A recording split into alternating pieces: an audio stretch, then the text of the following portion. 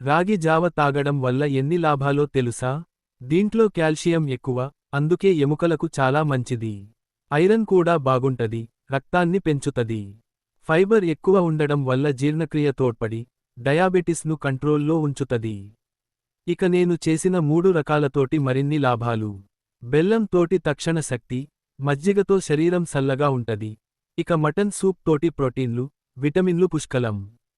అందుకే రాగి జావ సర్వరోగానివారిణి. ఈ స్పైసీ రాగి జావా రెసిపీని షేర్ చేస్తున్నాను.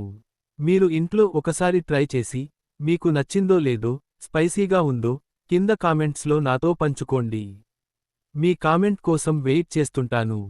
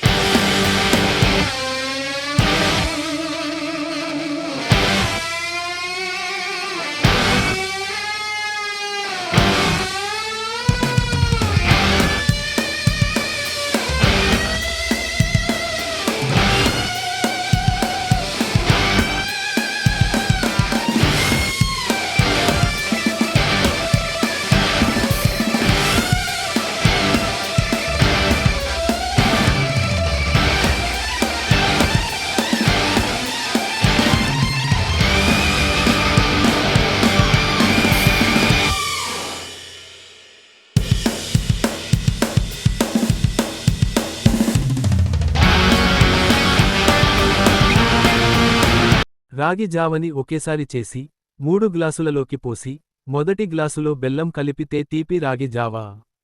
రెండో గ్లాసులో ఉల్లిపాయ, కొత్తిమీర, పెరుగు కలిపితే మజ్జిగ రాగి జావా.